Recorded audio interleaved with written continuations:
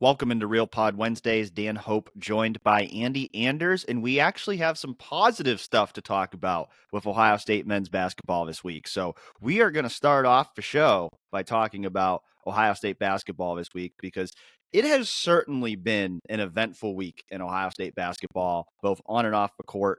Since we recorded last week's episode, it was just a couple hours after that episode actually went live that we got word that Chris Holtmann had been fired as Ohio State's basketball coach. And so we're going to start out by talking basketball today. We will get to football later in the show. Ohio State just had an interview session with James Laurinaitis and Matt Guerrieri on Tuesday. James Laurinaitis, that of course being the other big news of this past week, as he was promoted. James frickin' Laurinaitis, as Andy Anders would say, was promoted to be Ohio State's 10th assistant coach, rounding out Ohio State's 2024 coaching staff. So a lot to talk to today. Let's get right into it with some basketball talk, Andy, because you've been lamenting about how negative the vibes have been around Ohio State basketball, but there were some positive vibes for sure on Sunday as Ohio State pulled off its biggest win of the season, upsetting number 2 Purdue by a score of 73-39. And making that all the more interesting is the fact that it came in Ohio State's first game after it fired Chris Holtmann, which, of course, the vibe around Ohio State for really the past 6 weeks, I would say, as Ohio State's tailspin through Big Ten play had continued, was Ohio State fans were sick of Holtmann and they were ready for a change. Gene Smith decided to pull the trigger and make that change on Wednesday. He said at the time that he thought making a change could provide a spark for Ohio State basketball for the rest of the season. And he was proven right with how well the Buckeyes played in their first game under interim head coach Jake Diebler. Absolutely. I think that it was nice to hear what Jake Diebler said the team was going to play like under him. He was going into it, and it wasn't at all to, dish on Chris Holtmann. He's not going to do that to the guy who, brought him onto Ohio State staff, kept him in there for so long. But just to hear that the plan was to tailor it to the way he coaches, the way he approaches the game is aggressive, with a lot of pace, with a lot of intensity. And that's how they came out and attacked the ball, especially on defense.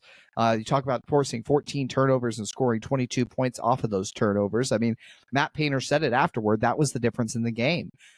Zed Key doing his best imitation of Swiper from Dora the Explorer there, swiping the ball out of Zach Edey's hands no less than 5 times, 3 of those resulting in steals. But really, they had a great game plan for Edey in this game, even though he scores 22 points, turns it over 6 times in total, got swatted by Evan Mahaffey once, which was a cool sight to see, Evan Mahaffey getting a block in that situation. But, this program had lacked that juice for so long. I'll say it, Dan. I have more fun covering fun teams. I just do.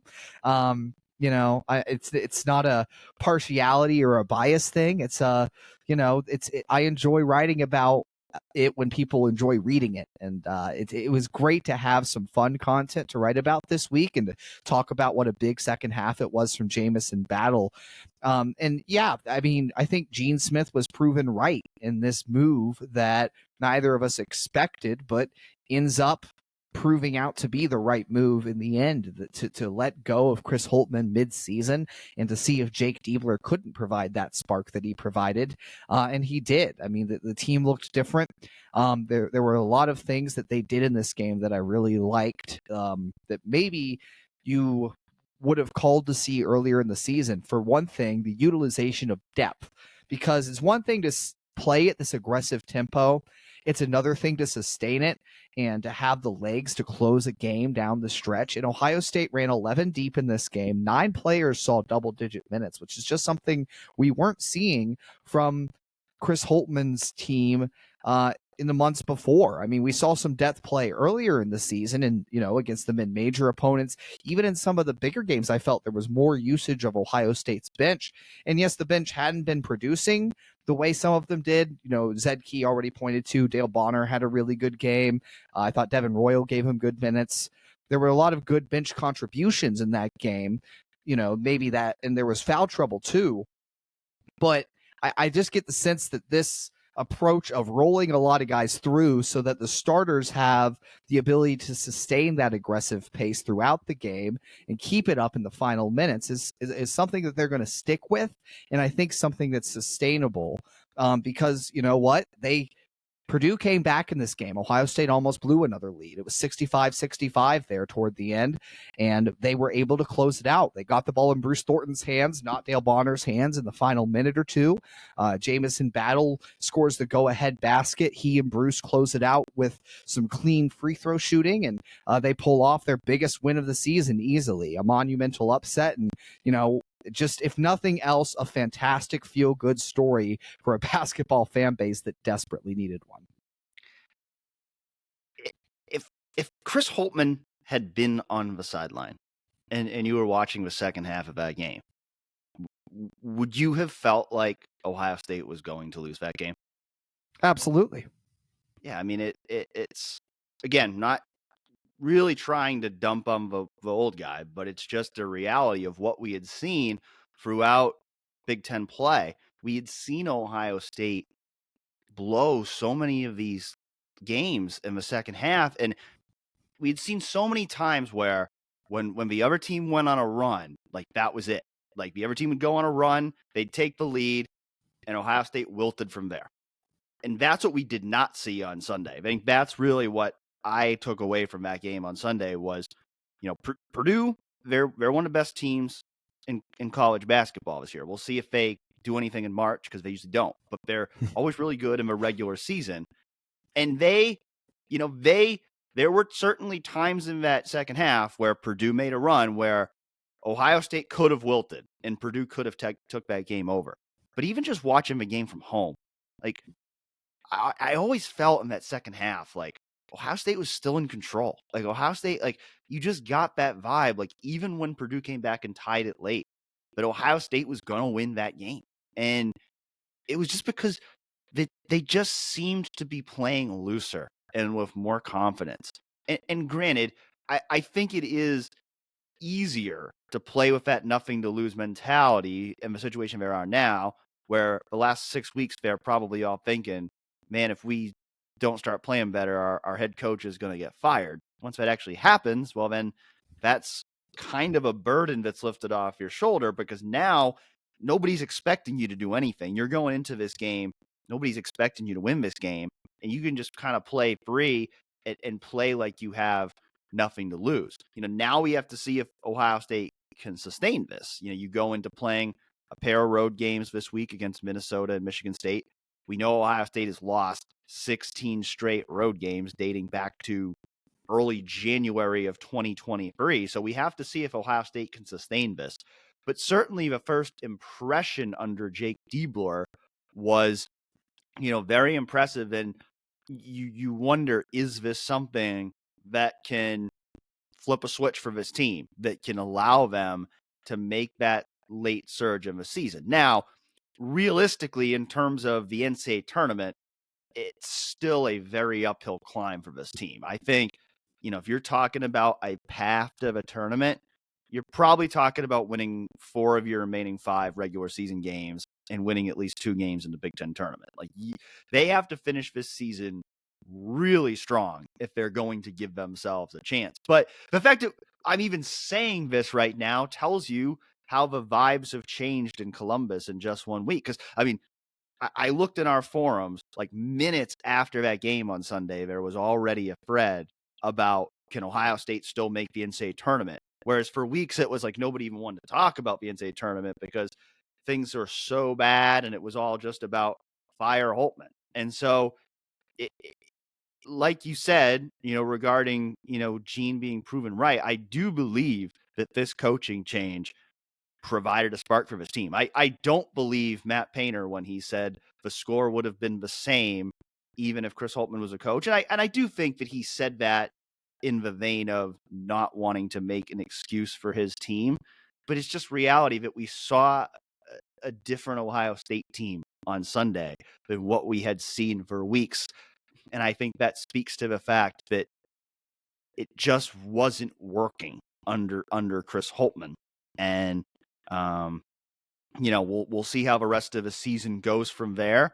But I think the move has already been vindicated just by how well the team played against maybe the best team it will play all season in its first game with Jake Diebler.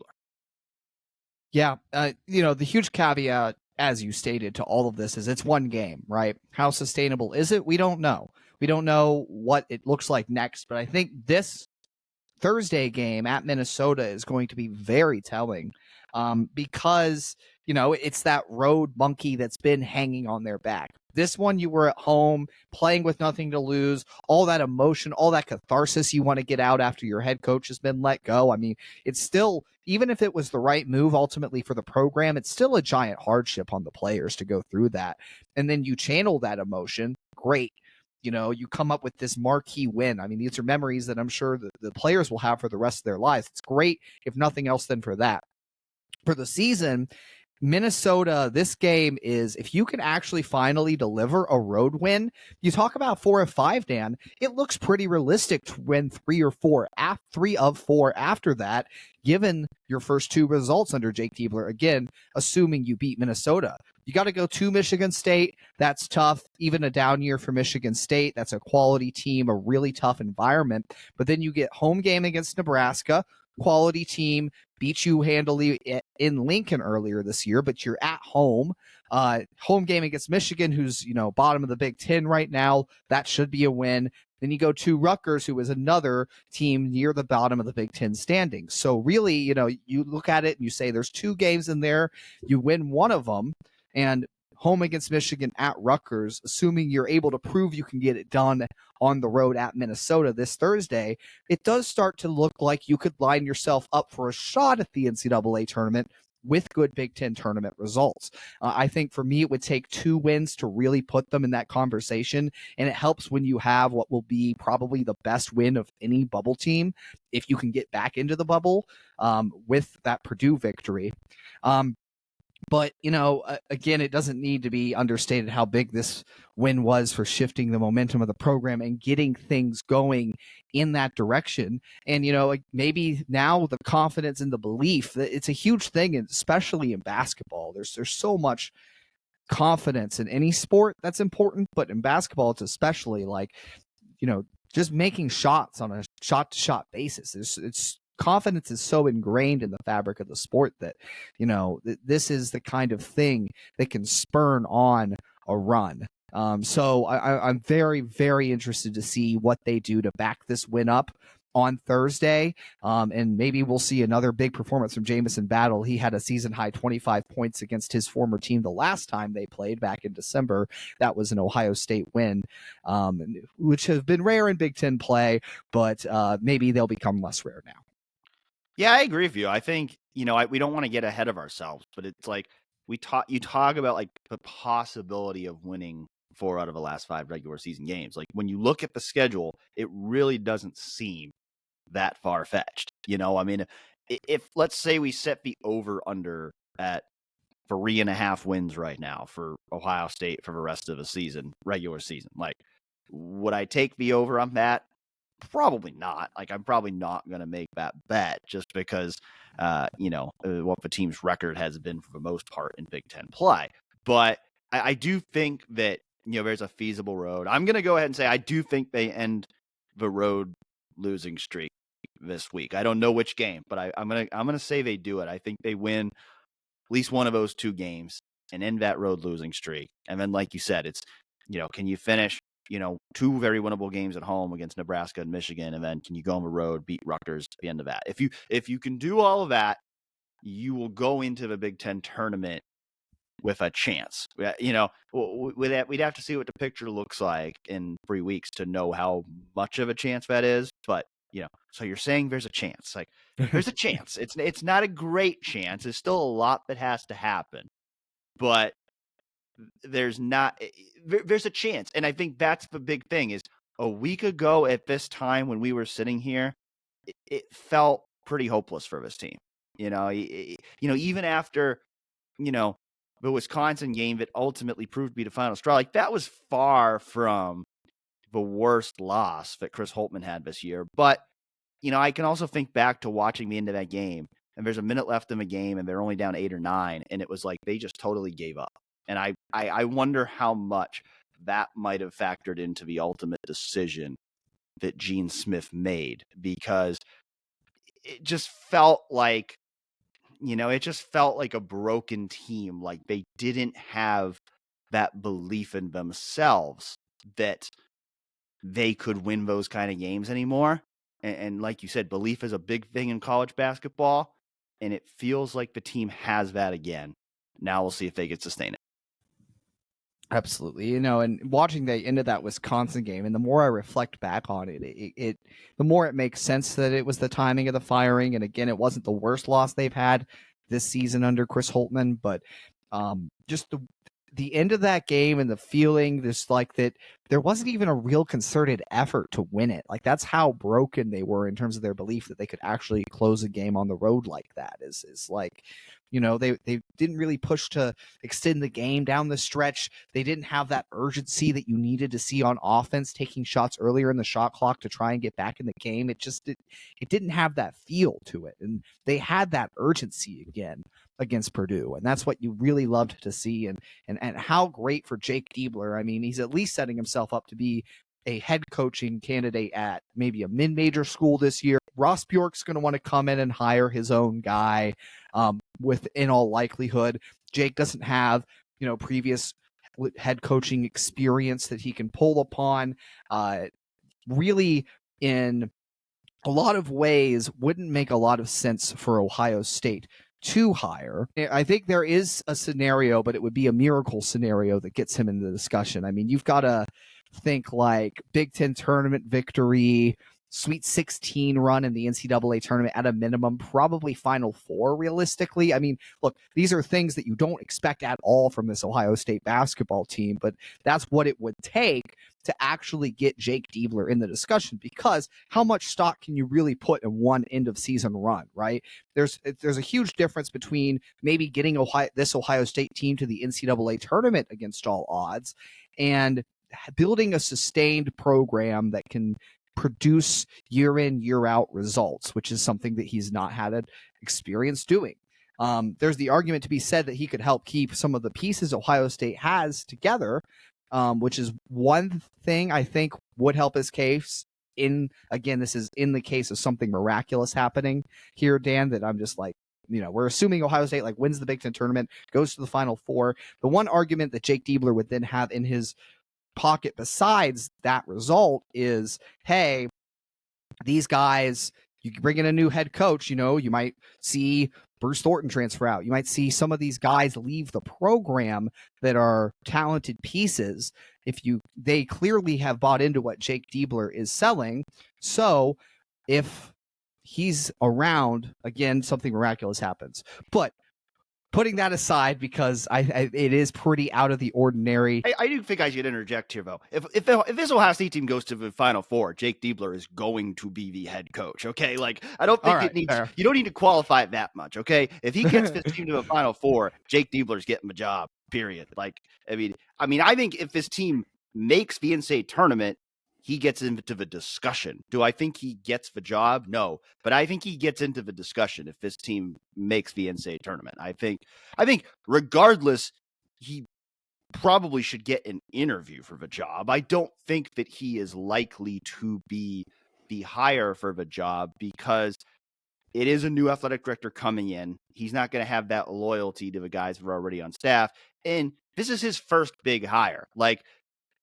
I think coming in, making his first big hire, he's going to want to make a bigger swing. And I think a lot of people, donors, people who might, you can assume that donors had a say in the timing of this firing, with it coming in the middle of season, that people with money who might influence the next hire probably had a say in the decision to get rid of Holtmann a week ago.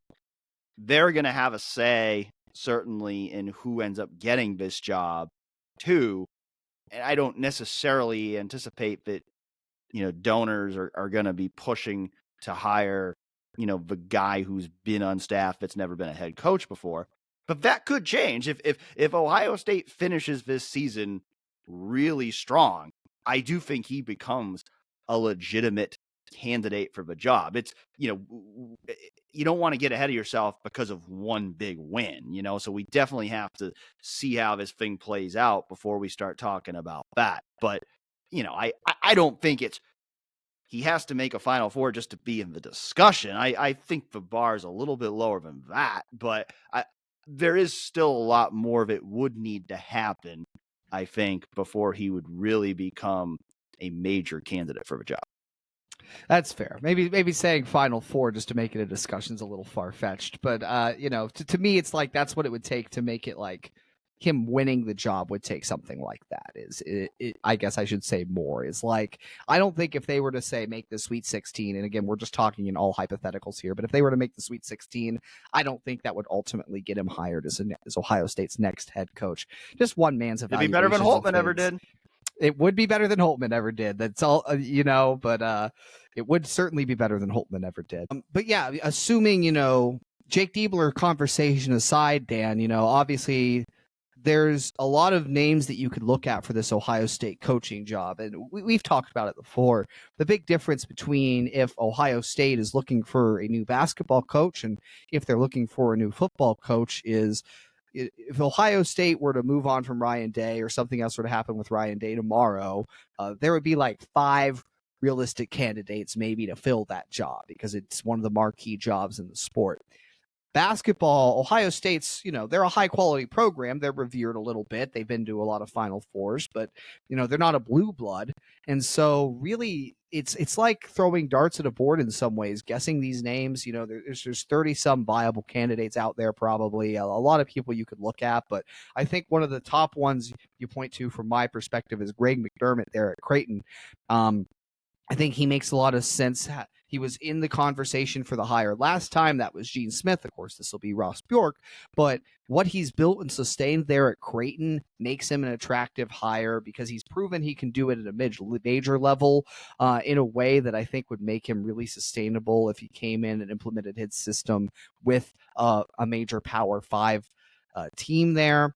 I think that Dusty May was one that we both really liked there at Florida Atlantic, turning that program around as quick as he did, leading the Owls to the biggest success they've ever seen. And I think I really like rising prospects, guys with high ceilings for this job. I just think getting that young up and comer, there's a certain juice about the program that can bring.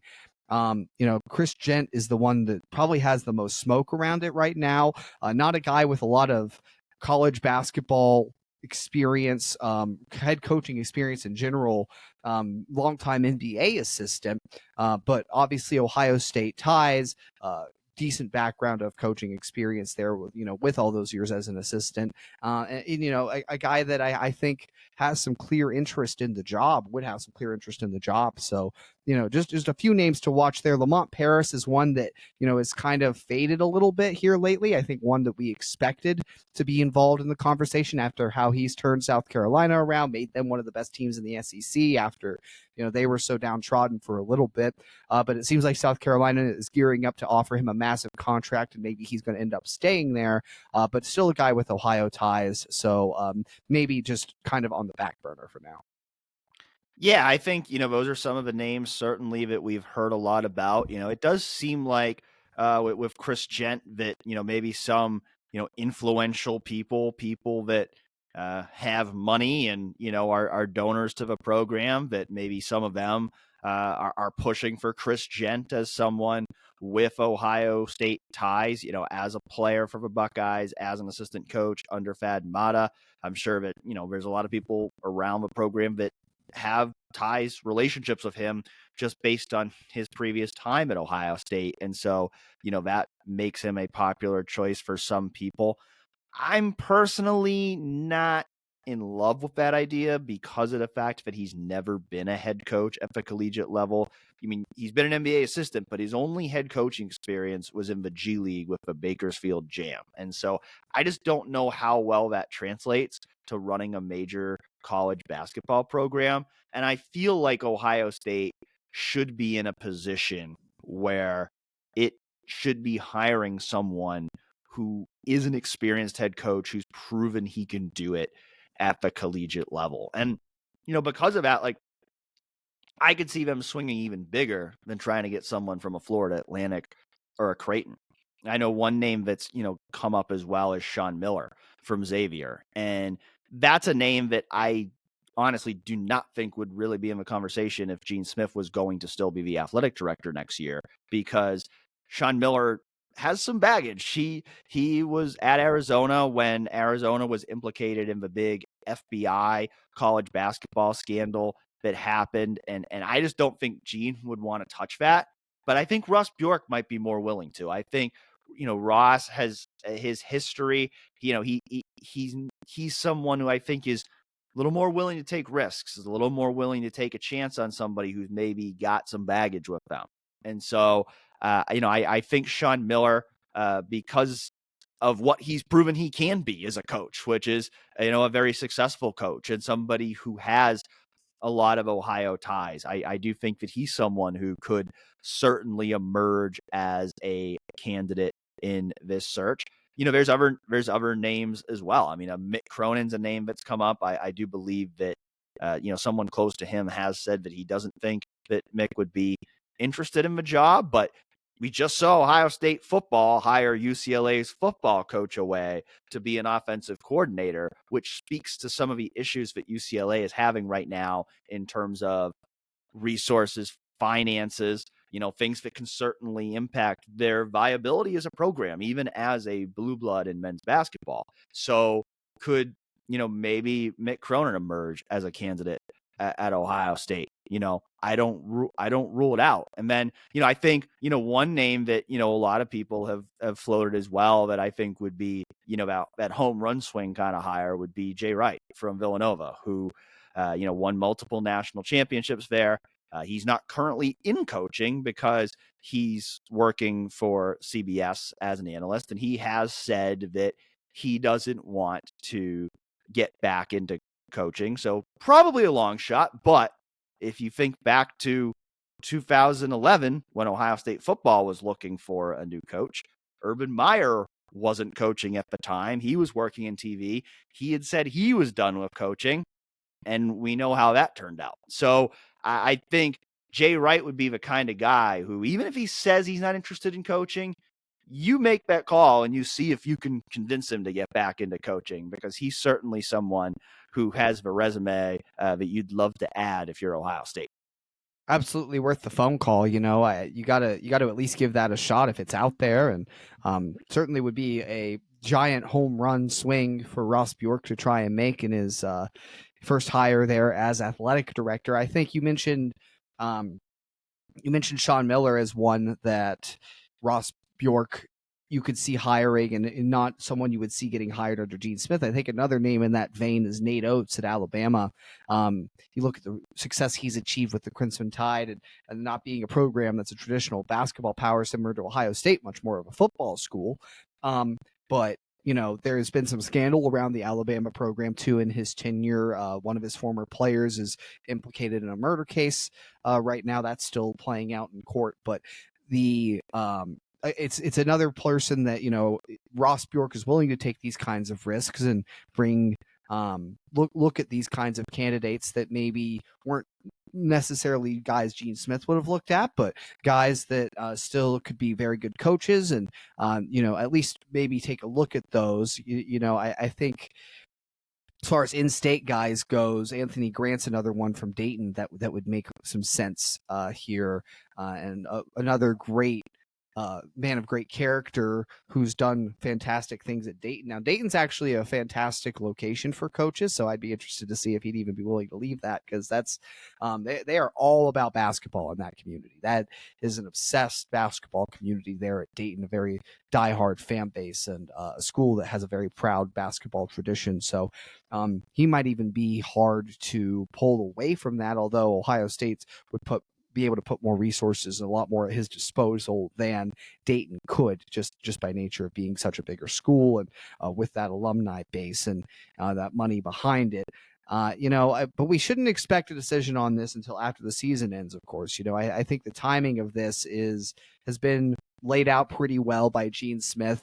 The coaching search really, they're going to start evaluating guys they want to look at right now, but it's not actually going to start in terms of the hiring process, interviews, those sorts of things until after the season, because coaches still want to lead the current teams they're with and see how far they can take them down the stretch of this year.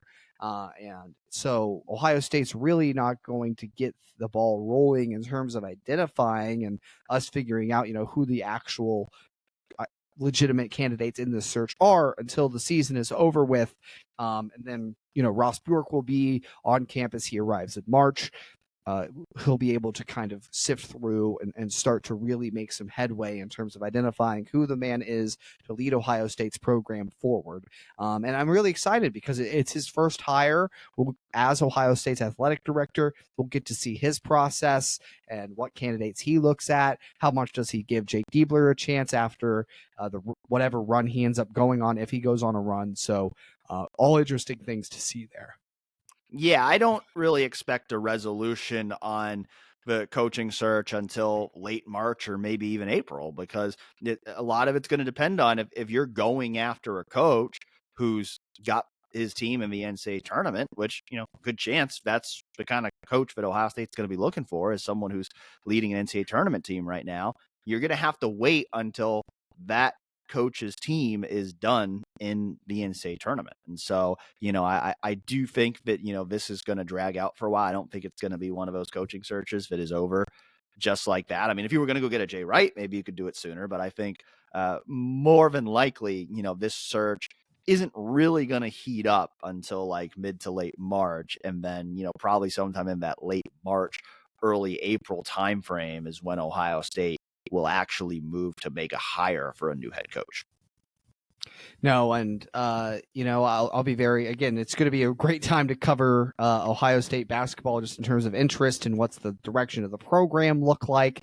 I'm pretty excited to break it down, but we also have plenty of football stuff going on here. Dan got to meet Ohio State's two newest assistant coaching hires, not named Chip Kelly, obviously, on Tuesday here. Got to talk to James Laurinaitis since first being promoted to be Ohio State's linebackers coach. Matt Guerrieri brought in to coach safeties.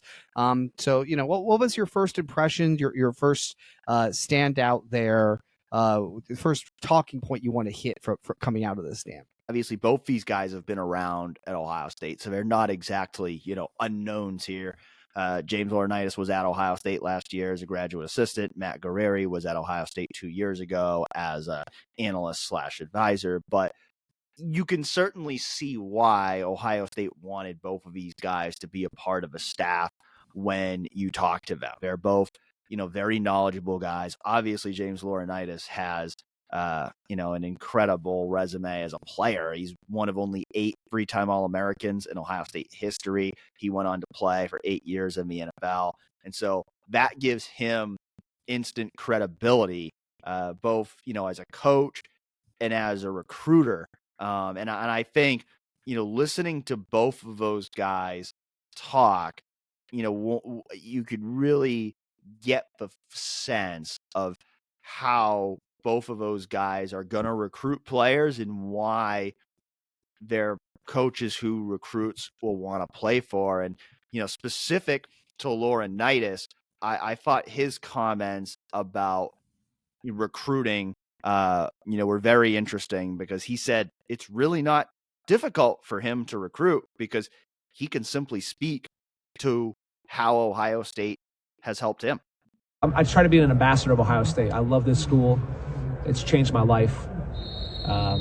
It's done wonders for me and my family.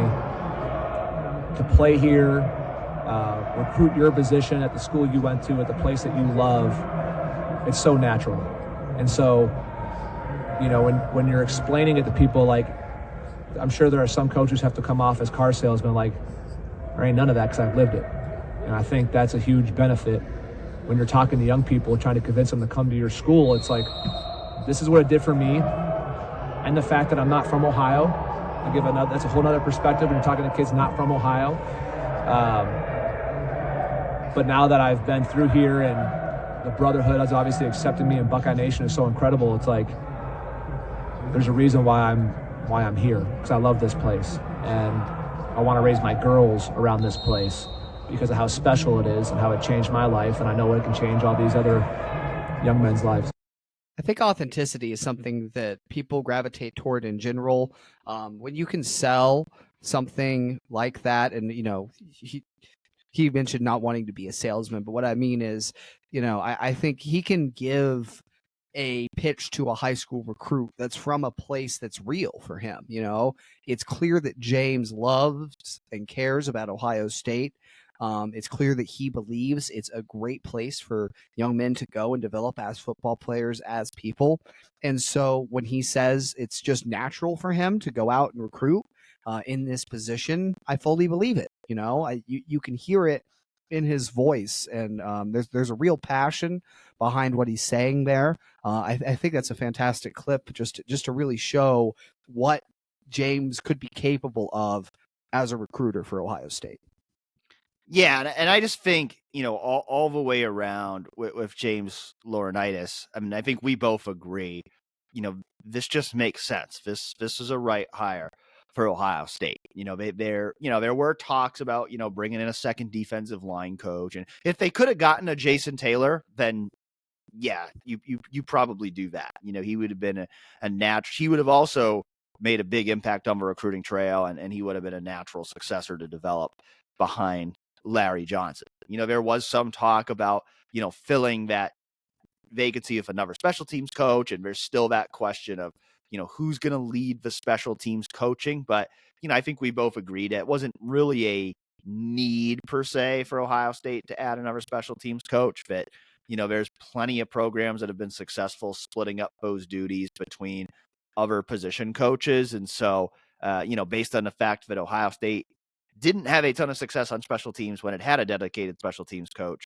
there wasn't really a need to commit that position to someone specifically for special teams. And so I think to give James Laurinaitis the opportunity to now be a full-scale recruiter for Ohio State, I think that's huge. I think even if they didn't make this promotion, like, he was going to have an integral role coaching the linebackers this year, because he already did last year. He still could have been a graduate assistant for another year, but he said it when he got to Ohio State last year.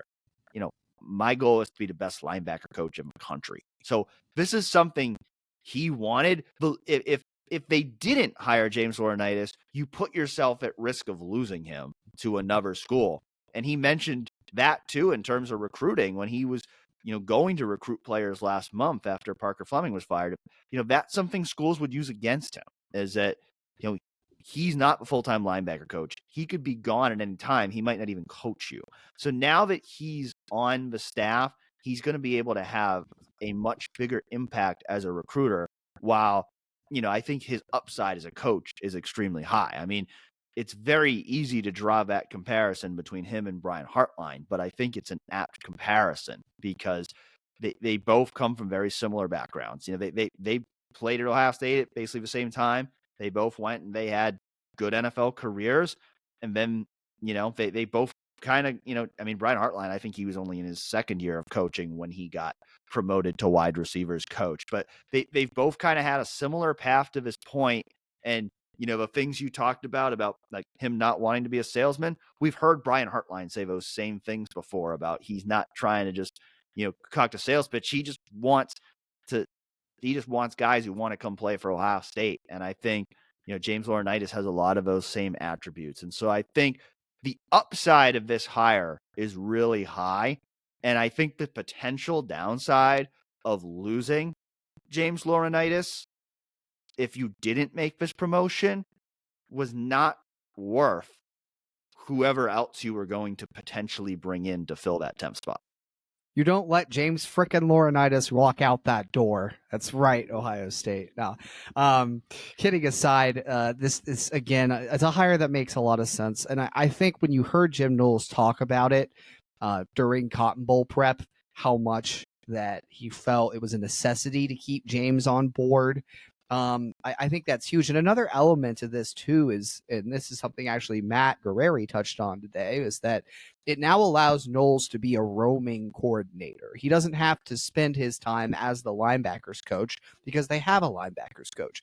He can, hey, if we're installing a new coverage package for Maryland today, I can go be with the safeties. I can go be with the corners and show them that, hey, if we want to install this fancy new blitz I've drawn up, I can involve myself with the defensive linemen as well as the linebackers to implement that. It allows him to have more of a broad scoping view over the entire defense. And this goes into something you pointed out, Dan. I think you look at the balance of this Ohio State coaching staff and how it's structured right now, offense versus defense. I think we've seen in the past some of Ryan Day's assistant coaching lineups kind of lean more towards the offensive side of the football in terms of numbers, in terms of structure. Now it's very balanced, just looking at you have a proven coordinator who's kind of the head coach of that side of the ball on both sides, Chip Kelly and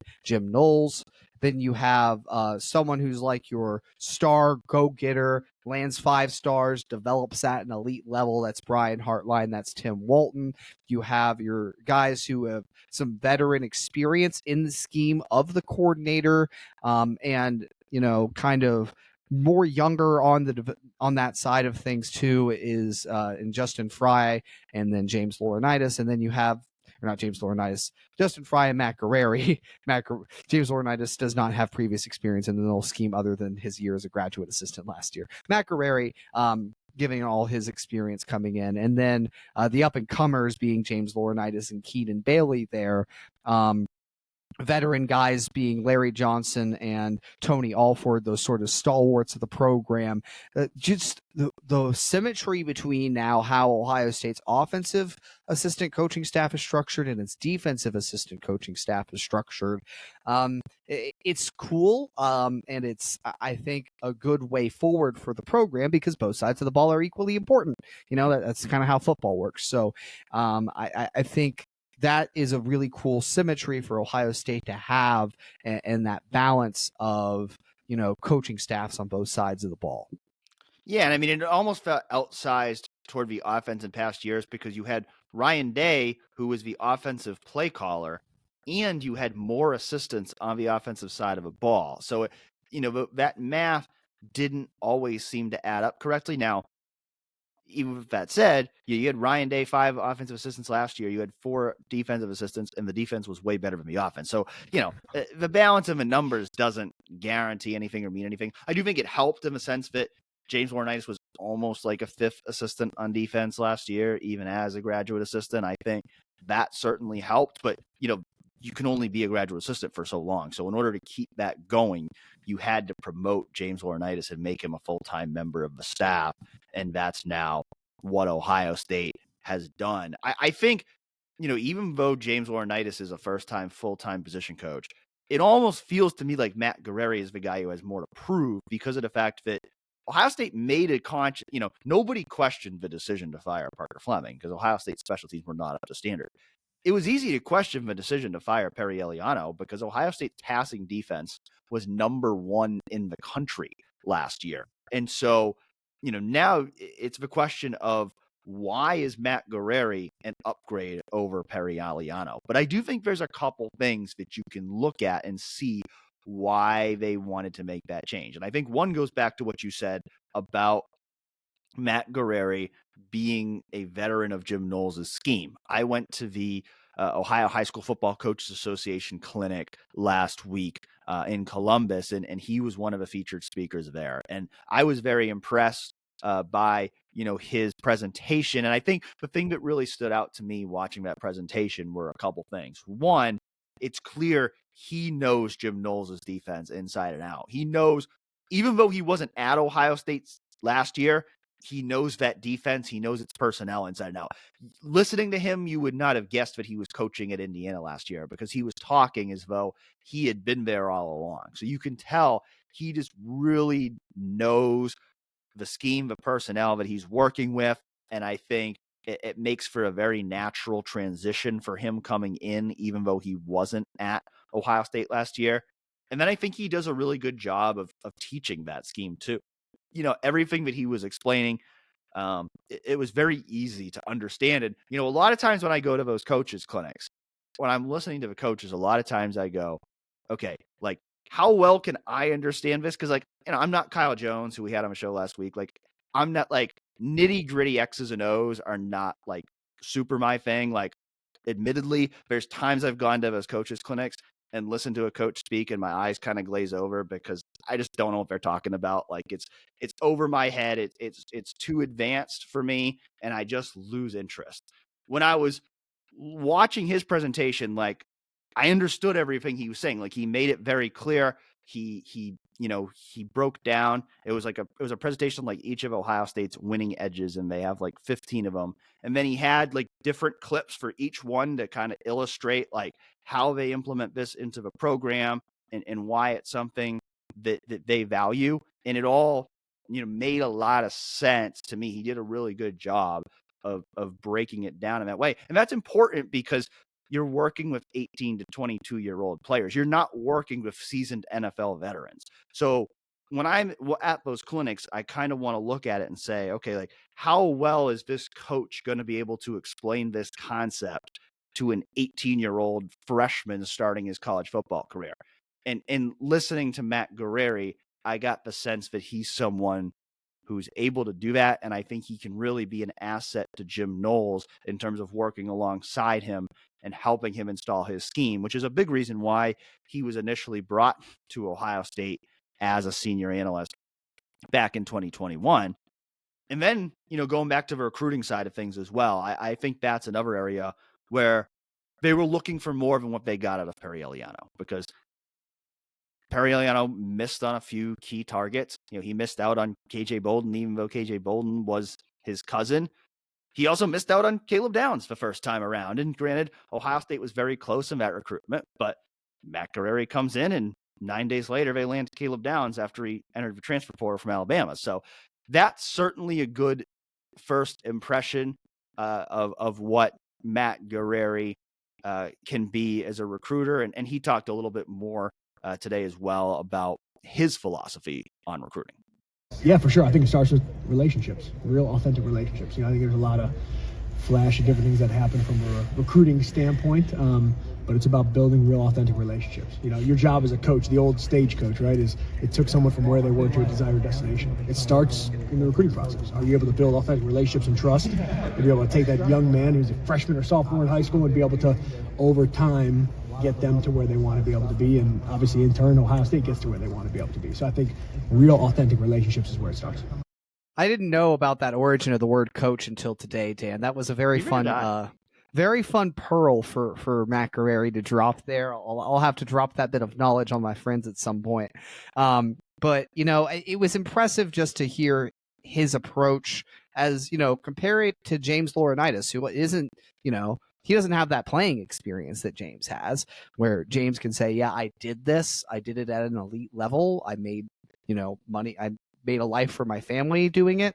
But Matt has an ability to cultivate close relationships. And I think, just seeing the reaction of someone like, the excitement around some of the players when he was hired too, on just even on social media was good in that regard.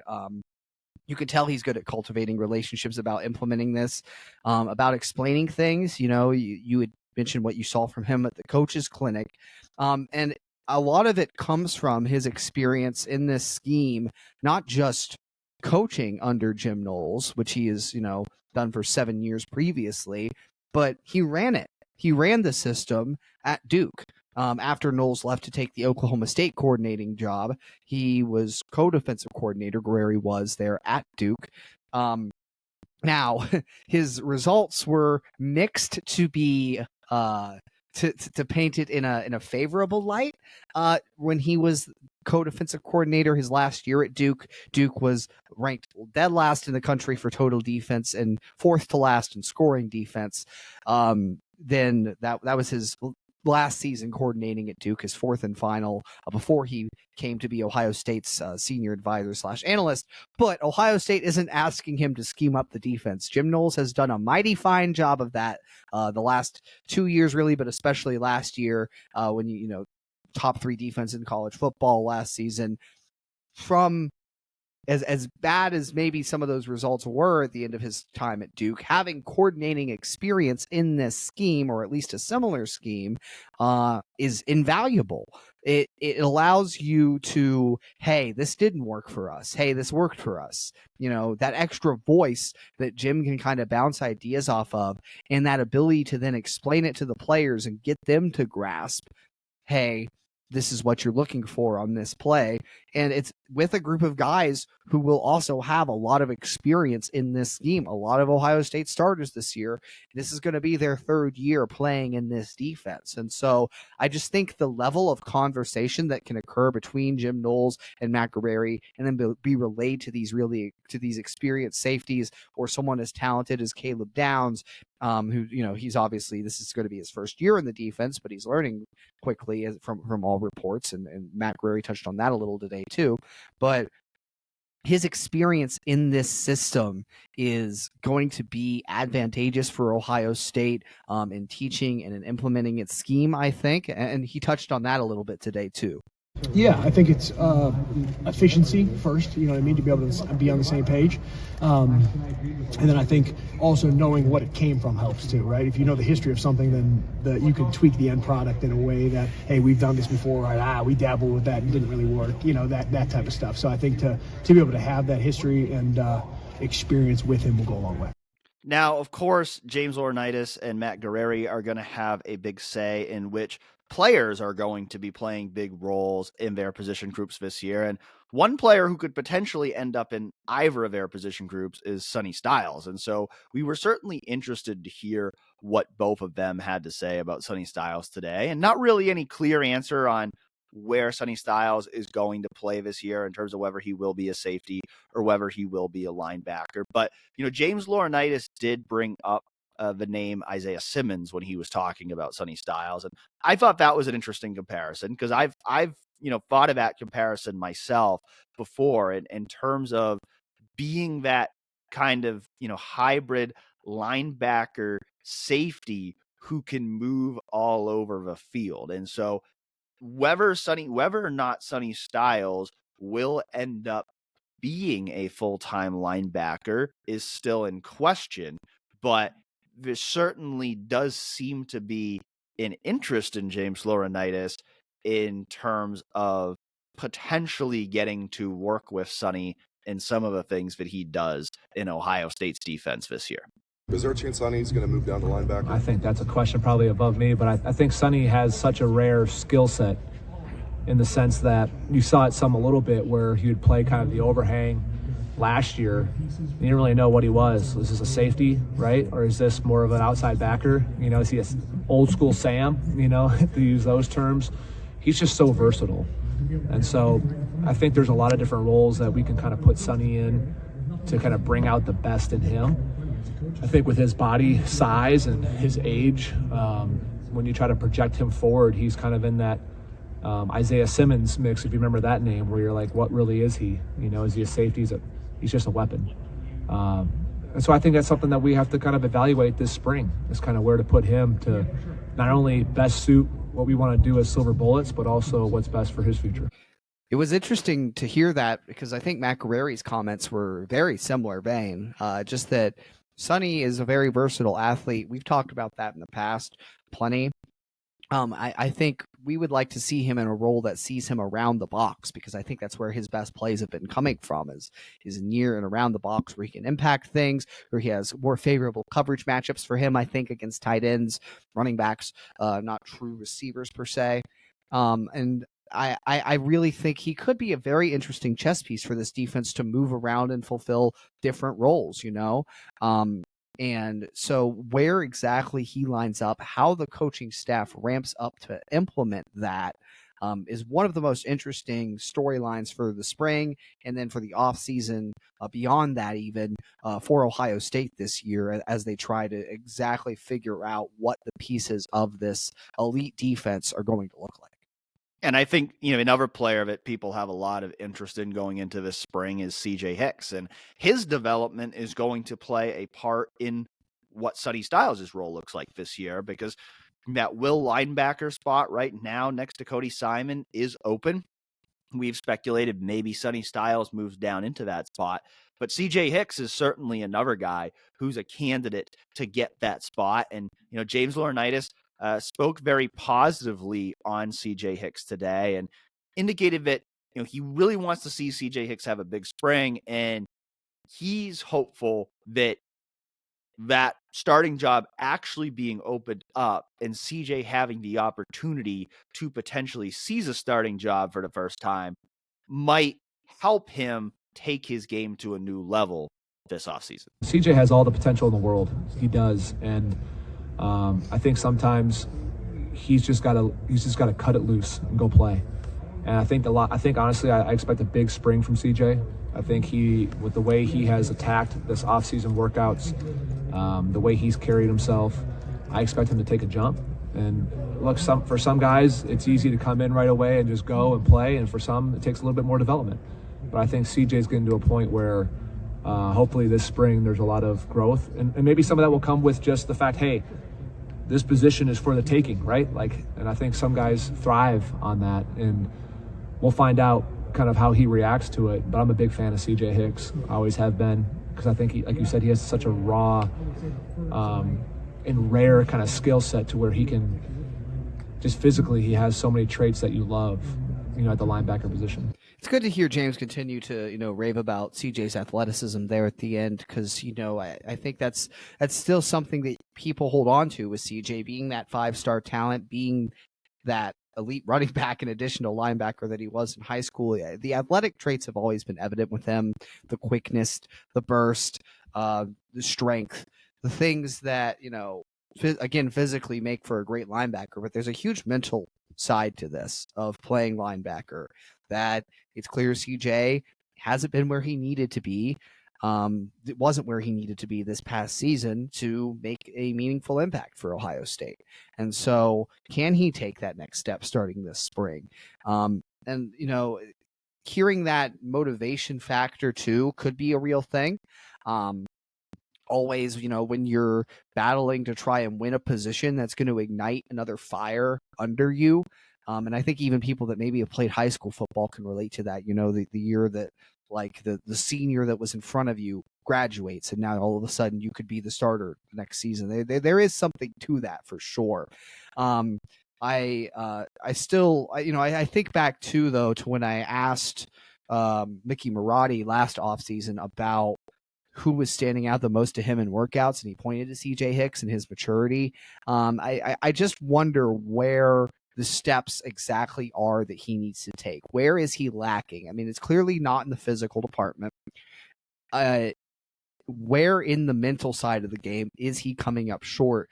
Because again, it's still weird to sit back here and think about when Ohio State signed him, thinking that he was going to be an impact guy really quick, and now it's like, well, he's going to have to battle for playing time and actually prove it out this season. Encouraging things there from James, I think, from the CJ Hicks perspective, but also, CJ's got to go out and he's got to earn it and prove it and live up to that 5-star rating this offseason.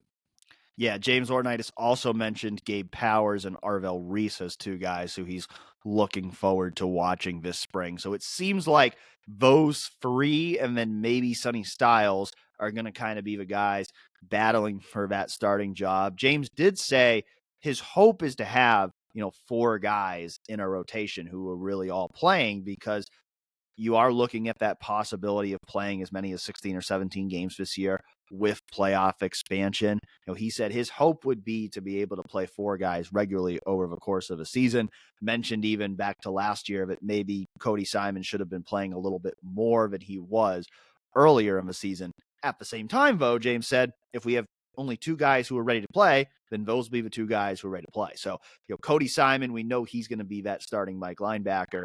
The question is going to be who else earns playing time at that linebacker position. And that's all going to start to be determined in 2 weeks, because we are now less than 2 weeks away from the start of spring practice. First day of spring football is March 5, and we will be there. NFL scouting combine coming up next week. So we'll preview both of those 2 things on next week's episode, spring football, NFL combine, and we'll see how things progress over the next week for Ohio State basketball. And if we continue to have positive things to talk about there on the men's basketball side, women's basketball, they're still rolling, ranked number 2 in the country. Women's hockey, they just won a conference title this weekend. It was a really good weekend in Ohio State sports. I believe Ohio State put the stats out there that Ohio State's teams that competed across all sports over the weekend went 19-1. That's pretty good. So lots of good vibes in Ohio State athletics right now. We will see if those continue, and we'll be back next week to talk about it all on Real Pod Wednesdays.